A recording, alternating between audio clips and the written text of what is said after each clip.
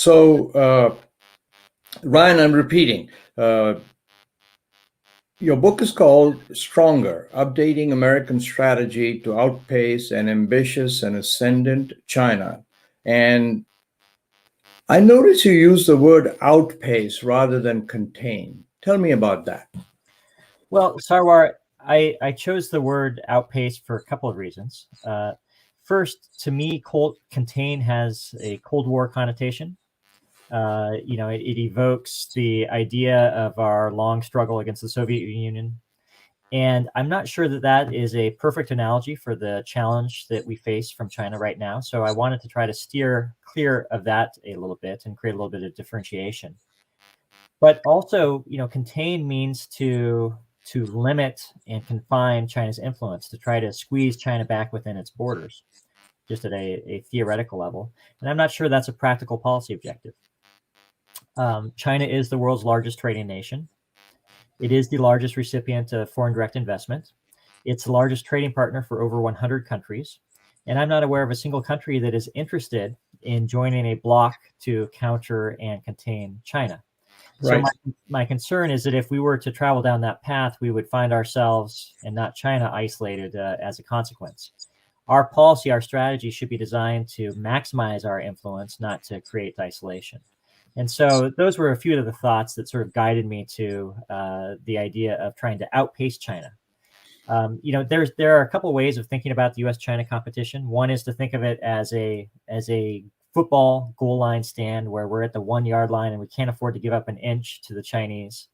And then the other is to think of it as a foot race where the United States and China are constantly trying to run faster to outpace each other. While there are elements of the relationship that are sort of nose to nose where we can't afford to give up an inch, I think on balance, I see the relationship more as a foot race. And part of what I'm trying to do is encourage us to find ways to run faster, to outpace the challenge that China poses to us. Is the book written for anybody, Ryan, or is this a book that you've aimed at experts and people who already have a fair amount of knowledge of China-U.S. geopolitics?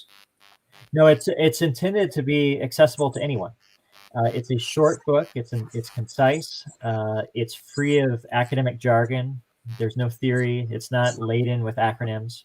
It's intended for people like my father, people who follow current affairs and understand that China is going to play an important role, but are still developing their own thinking about how the United States should approach its competition with China. It's also written, Sarwar, to try to appeal to people across the political spectrum. It's not designed to be only appealing to the left or the right. And I've been very pleased that the book has received reviews from people on both the left and the right thus far. Well, that's quite something. So you mention in the book, Ryan, that America's declining and China's rising, right? And you question the ferocity of that. And then you say, I propose to right-size the challenge China poses to American national interests. I mean, there's some people who just focus on America's declining. Others focus on China, the big giant is rising, right? And so I was very interested. You talk about right-sizing and the challenge, and I'm very interested in your explaining that. Well, thank you, Sarwar. The goal was to try to find the appropriate balance so that we can have a clear appreciation of where China challenges us and where the United States maintains inherent advantages. My concern is that over recent years, we've grown very focused on the strengths that China has, and we've underappreciated both China's vulnerabilities and weaknesses as well as our own strengths.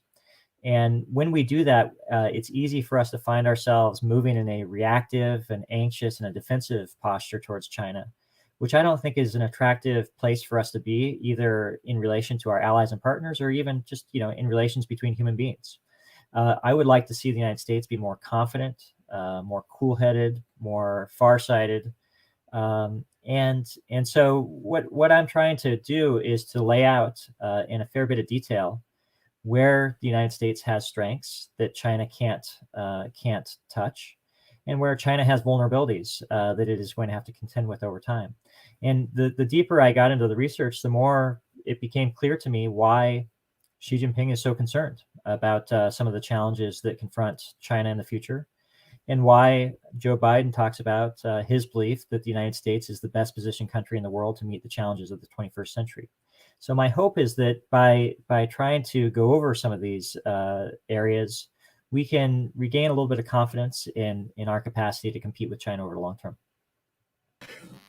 Well, the other reason I was asking this, Ryan, is because there's an unusual situation in Washington, D.C. I mean, the two political parties are totally daggers drawn on almost every issue but this one, right? So are you also aiming this at people who just want to, if I may use the word, contain China because they think it's this huge threat? So is that also part of your rebalancing thought? Well, I mean, one of the things that I'm trying to argue in the book is that the best way that the United States can outpace China is by investing in our own strengths, that we'll have more capacity to strengthen our relative position compared to China by doing that than by seeking to constantly chase China around the world and hobble their efforts. You know, the United States doesn't get a vote in where China decides to focus its energy and its efforts, but we do have control over our own advantages and our own strengths. And those include, our domestic dynamism, our international alliance network, which is the strongest in the history of humanity, and our global prestige. And I think that in recent months, we've begun to see, progress in all of these areas. The COVID vaccine rollout has exceeded expectations. We've vaccinated over 200 million Americans in the last 6 months. We have landed a rover on Mars and are conducting experiments on Mars. We have restored our position as the leading global convening power around the Quad alliance or the Quad relationship, the Quad network, but also around global climate change. And if IMF forecasts can be trusted, the United States will be the leading engine of global growth for the world economy this year. So the United States is regaining its footing, and I hope that we can continue to build on that going forward.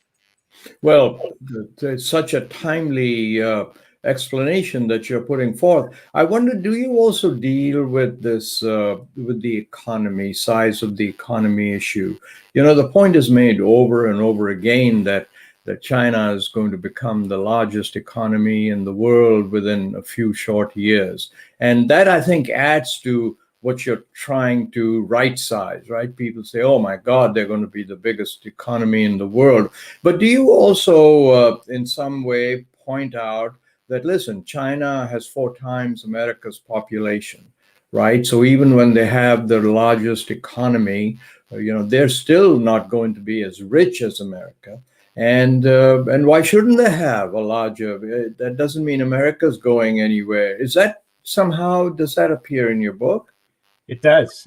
You've made the argument well, Sarwar, that China has 4 times as many people as the United States. So if they gain the same level of GDP as the United States, that will be spread over 4 times as many people as in the United States. Right. And look, China's economy is going to grow. It will probably grow at a slower pace going forward than it has in the recent past. But if it continues to steadily grow over time, the gap will narrow between the United States and China. But there have been times, including in the 1850s, when China had a larger GDP than other countries in the world. It didn't necessarily dominate the world in the 1850s. In fact, it felt quite vulnerable.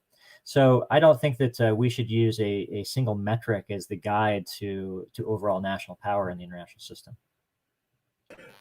So I have to ask you this, Ryan. You've been at, when you were advising President Obama and senior officials in his administration, you've been to a lot of top-level meetings with world leaders, and especially leaders of China and so on. And I'm referring back now to this much ballyhooed meeting in Alaska, right, where people were throwing brickbats at one another, American officials and Chinese officials. And it really sounded terribly serious and damaging. But what I wanted to ask you is your sense of that. Do you think this was both sides trying to talk to people back home, Or do you think this was really serious stuff? Well, I think that what part of what happened is that some of the discussion that often takes place behind closed doors became visible to the public. I see. Much of the comments that Yang Jiechi made were not revelatory. That's not the first time he's rehearsed those comments. It may be the first time he's said them in front of the media. But look, I actually think that what happened in Alaska reinforces part of the argument of this book, that the relationship between the United States and China is inherently competitive. We have starkly different views about which system is going to be better able to deliver results for its people over the long term and solutions to the challenges that the world confronts. So we have just a philosophical difference on that question. Yet at the same time, after those fireworks in front of the media, the U.S. and the Chinese delegation sat together in a conference room without windows for 8 hours and worked through a variety of issues spanning the globe. And what that tells me is not that they enjoyed each other's company or just wanted to sit around and chit chat. It's that they recognize that they each will have an impact upon the other. And there is a interdependence to the relationship. It's going to be very difficult to address any of these major global challenges that both of our countries confront if our two countries are moving in opposite directions. And I think that both countries recognize that. And so the relationship is both competitive and interdependent at the same time. Now, on a related topic, we've had this awful situation in Washington after the election, during the election, the mob storming, and so on. I mean, to a lot of people, including me, this points out to some real breakdown in the American body politic, right? And so, do you think that Mr. Biden needs to spend more of his capital on the economy within the country, on straightening out some of these issues, on trying to equalize, the incomes and so on, before he tackles the big foreign policy issue like China? I mean, how do you think he should be balancing this, Ryan? Well, in theory, I agree with the premise of your question, Sarwar, that right now the real focus of our efforts needs to be on restoring our dynamism at home and repairing our relationships with our allies and partners around the world. Doing those two things will put us in the strongest possible position to deal with the challenges that China poses to us. And so I'm quite comfortable with the sort of the prioritization that has taken place in the early months of the Biden administration. But the reality is that the best laid plans often have to confront reality, and the world isn't going to stand still while the United States repairs its relations with allies and restores its strength at home. So we're going to have to, in practice, do both of these things at the same time. And I think that having the Japanese Prime Minister as the first visitor to the White House, hosting the Quad leaders meeting, these were symbolic steps to demonstrate that the United States is placing priority of emphasis on our allies and partners to prepare us to be in a stronger position to deal with China over the long term. Well, one of the reasons I was asking you about this is you talk about China's pursuit of a larger role in the world, and that's coincided with America doing the opposite, right? And you very graphically talk about that. And then, the examples of the Trans-Pacific Partnership, where America's withdrawing, climate accord, the Iran treaty. But now the U.S. is back again. What do you think the Chinese make of this flip-flop, and what do you think our allies make of this flip-flop? I mean, the reason I asked you that question previously is it seems to me, unless things change, 4 years from now, boom, we flip-flop back again. No, I don't hope we don't, but there's a chance that we will. So I'm trying to connect all this. Well, look, Sarwar, at the end of the Trump administration, Chinese officials were fond of talking about time and momentum being on China's side. They talked about the East is rising and the West is declining, right? These were the messages that we were hearing coming out of Beijing. And in the past 5 months, as we briefly touched on earlier, the U.S. economy is roaring back. We are getting COVID under control and really leading global efforts in terms of the development and deployment of vaccines. I hope that over time, the United States takes more of a leadership role in distributing vaccines around the world. And I'm confident that we'll get there. We're putting rovers on Mars. We're repairing relationships with allies. So I think that those actions in the early months have challenged the narrative that Beijing was gaining comfort with. And at the same time, Chinese foreign policy has encountered some stumbles. They are simultaneously nursing frictions with Canada, Japan, Australia, India, the European Union. That's not the sign of a healthy foreign policy sort of running on all fronts. So what I expect will happen in the coming months, and this is just a forecast, is that China will try to strengthen its relationships with countries that are disaffected by the United States. We've already seen the beginnings of this with Iran and others. They will try to position themselves as the voice and leader of the global South, of developed countries. They will nurture nationalism, particularly as they move closer to the July 1st 100-year anniversary of the founding of the Chinese Communist Party. And I expect that they will try to raise doubts about the longevity and staying power of U.S. foreign policy, sort of along the lines of what you were describing. Look, they may look good now, but just wait a few years and they'll be a basket case again. So it's the challenge of the United States to disprove and undermine that line of argumentation. And the more that we can demonstrate that our foreign policy is embraced on as bipartisan of a basis as possible at home, that's reflective of the priorities of the American people, but is also netted in and integrated with the views of our allies, I think the harder it's going to be for China to make the case that this is a policy path that is on the cusp of flip-flopping. Makes a great deal of sense. You mentioned Canada in your previous answer, and I just got back from there after some weeks in Canada. And while I was there, this motion passed by the Canadian Parliament calling China's treatment of its Uyghur minority genocide. The Parliament passed that motion, but the Prime Minister Trudeau and his cabinet abstained. They didn't think that that was the appropriate thing to do under the circumstances, even though they made clear that they thought there were human rights violations. So my question to you is: should America, were we right? Was the United States right in calling that genocide, or should we have taken the tack that Mr. Trudeau has to not use that incendiary word? What's your feeling?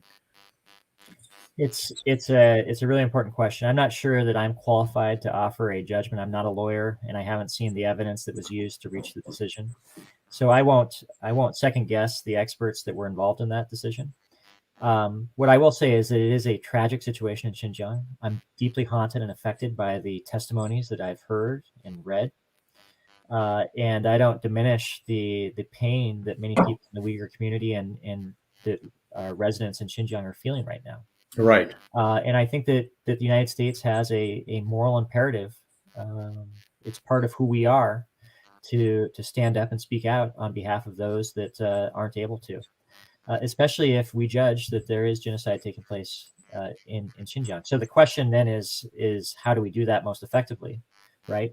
And it's a hard question. The Chinese leadership has convinced itself that they face threats of ethnic nationalism that could begin to fray the Chinese state as they know it. And they feel justified in the actions that they're taking to preserve national security. And so I think that the challenge confronting American policymakers is what's the most effective way to move the Chinese as quickly as possible to recognizing that there are other more effective ways to protect their national security than the very heavy-handed approach that they're taking right now. And part of this will be, we will be able to strengthen our argument by living our values at home. It will sharpen the distinction. But we also are going to need to raise our concerns privately, publicly, bilaterally, as well as in coordination with allies and partners. The more that this is an issue that many countries in the world share concern about and not narrowly a U.S.-China issue, I think the harder it is going to be for China to sustain its current course. So these are just a few ideas. I also think that the more specific and detailed we can be about trying to encourage specific actions, the more effective we will be. And ultimately, the Chinese government needs to recognize that that what is happening in Xinjiang is going to color perceptions of China in the United States in ways that affect the space available for making adjustments to the relationship. Well, your long experience in sitting through these kinds of meetings and dealing with these issues that don't have a black and white resolution just shows. And that's why I wanted to ask this question so that the rest of us could get some feeling for how we should proceed on. I don't think you're saying that because of how we perceive Xinjiang, that we should stop cooperation or anything. That's not what you're saying, right? I mean, did I hear you correctly? You're saying that human rights is at the heart of who we Americans are, and that we have to continue speaking about that, but we have to follow other tracks also. Am I understanding you right? Yeah, I think that's right, Sarwar. Secretary Blinken spoke about this on 60 Minutes over the weekend, and Yes. Secretary Blinken, no one doubts the sincerity of his convictions around human rights issues. It's part of who he is. It's part of who the president is, frankly, President Biden. But they also, recognize that this is a complicated, complex relationship where there are going to be a lot of pieces to the relationship that are in tension with each other. And even as we deal very forthrightly and directly with the challenges that the relationship poses to us, we also need to find ways to advance our interests where we have other priorities as well. Thank you for that. And I'm now diving back into your book, right? So let me remind our viewers that that Mr. Haas is here. He's taken time to discuss his book, which is Stronger: Updating American Strategy to Outpace an Ambitious and Ascendant China. And it's Yale University Press, your local bookseller, and also Amazon, right? Widely available, must read. And I'm focusing on your book, Ryan. You make the statement that Taiwan is a challenge that cannot be passed on to future generations. Talk about that. Yeah, that's a famous statement that President Xi has made previously. And frankly, I'm not aware of any Chinese leader that was an advocate of just sort of leaving Taiwan to drift away on its own. So President Xi may have better speechwriters than some of his predecessors, but the underlying sentiment, I think, has been pretty consistent over time since Mao Zedong. But in all seriousness, I think that Taiwan is the most acute risk of conflict in the U.S.-China relationship. It's something that we have to be deadly serious about. If there was conflict, it would obviously be devastating for all three sides. And in part of the goal of U.S. strategy is to try to keep open the path to a peaceful solution that ultimately only will be arrived at by the people of Taiwan and China. And right now, I think we're appropriately focused on the risk that Chinese military actions around Taiwan pose to Taiwan's security. But it's worth keeping in mind that 8 or 10 years ago, the concern was about Taiwan drifting into China's orbit and being integrated more deeply into China's system. The concern 15 years ago was that Taiwan was going to make a break towards independence and potentially precipitate a crisis. I mention these things not to downplay the severity of the threat that China poses to Taiwan today, but just to try to remind us that a little bit of perspective, I think, is healthy when we're evaluating some of these challenges.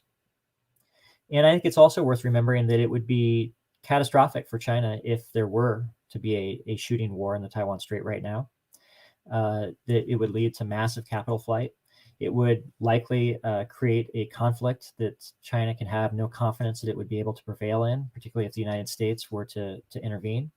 It would poison China's international image, and it would likely lead to a counter-coalition in the region to guard against a growing perception of Chinese assertiveness. So China has its own incentives to not want to enter into conflict and to try to win without fighting. And I think that that's part of what they're trying to do. They are increasing their coercion of Taiwan today, every day. But I think that the risk of a military conflict is probably not as close as some of my colleagues in the think tank community may be suggesting.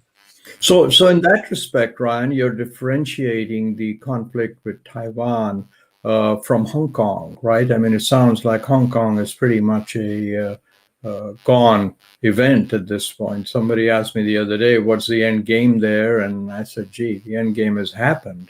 But so there's a difference there, you're saying, between how they treated Hong Kong and how they might possibly treat Taiwan? Yeah, I think it's a bit of an apples and oranges comparison. And, I take no comfort in what's happened in Hong Kong. I think it's been tragic. And I think that China has violated its understandings with the United Kingdom. And I'm deeply frustrated by Chinese behavior in Hong Kong.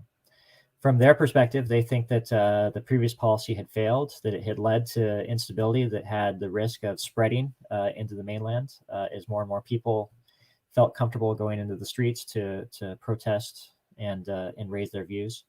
I think that they chose an ineffective way of dealing with that problem that is going to create long-term cost for them, even if it produces in the moment right now short-term stability. But look, Hong Kong is a contiguous area geographically to the mainland. Taiwan is not. There is a different relationship between Chinese authorities present in Hong Kong than there is with Taiwan.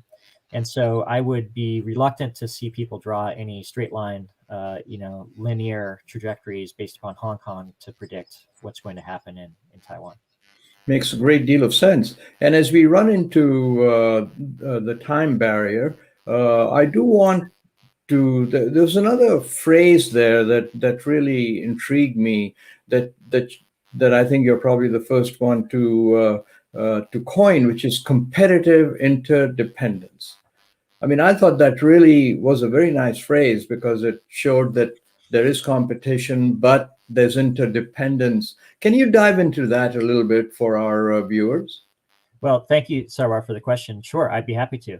My basic view is that competition is at the core of the relationship, and it likely will be for some time. We just have the United States and China have differences of views, fundamental differences on certain things, such as the role of the state in the economy, the balance between individual rights and social stability, as well as issues that we've touched on, like Taiwan and Xinjiang. And we also have competing ambitions, both in the region and the world. So there is going to be an inherent competitive dynamic to the U.S.-China relationship into the future. But at the same time, only focusing on the competition without accounting for the interdependence, I think, creates a lopsided and imprecise view of what's happening in this relationship. The reality is that there is, something like $600-700 billion of two-way trade between the United States and China every year. There's in the ballpark of $400 billion of sales by U.S. firms operating inside China, selling into the China market. There is knowledge production between American technology companies and Chinese counterparts on the west coast of the United States and the east coast of China taking place as we speak. And every major challenge, from climate change to wrapping our arms around the pandemic to Iran, it's going to be much harder for us to make progress if China is pulling in the opposite direction of our preferred path. And so part of the case that I'm trying to make is that, yes, the relationship is competitive, but it also is interdependent. And our strategy and approach to China needs to be able to account and differentiate for those facts. So let me ask you, as we end this program, are you optimistic at this point about where this relationship is headed? If you were to look a year ahead, where do you think it would be? Just some crystal balling here. Well, I think over the near term, it's going to be difficult for either side to achieve much progress in the relationship. I think both sides are pretty dug in, and neither side has a lot of hope that the other is willing to make the types of moves that would be needed to address their concerns and move the relationship forward. So if the time horizon is 3 months or 6 months, I'm rather pessimistic. If it's 2 years, 5 years, or 20 years, I'm slightly more optimistic. I think what we're seeing is there is a resumption of diplomatic channels for dealing with problems now that was dormant or had atrophied a year ago at this time. There is a recognition of our two countries' interdependence, like we talked about with the meeting in Alaska. There is a view that it is possible for both countries to cooperate with competitors. This is a view that I think both leaders share and endorsed when they spoke over the phone. And I think that both President Xi and President Biden have a fair degree of confidence that they'll be able to manage this relationship without resort to conflict. I think they both are pretty sober about the risks that and the consequences that conflict would bring to both countries. It would impair both of our ability to achieve our national ambitions. So not out of goodwill or warm fuzzy feelings, but just sort of cold-blooded calculations. I think there is a basis for identifying each side's interest and seeing that it could lend itself to a little bit more optimism than is available to us today. So thank you for that. And I know there's a question that all our viewers are dying to ask, which is there another book being written? Well, that's kind of you to ask, but I'm going to get some sleep and spend some time with my family before I tackle that. Well, Mr. Ryan HASS, thank you so much for taking the time to come and really appreciate that. Thank you, Sarwar. And so let me now just thank our viewers from around the world for joining in to this conversation. If you have a chance, this is a must-read book, Stronger, Updating American Strategy to Outpace an Ambition and Ascendant China. Widely available, your local bookseller, Amazon. Please go to my website, KASHMERI.com, where you will find a list of upcoming Polaris-LIVE conversations. And until then, until next Tuesday, goodbye.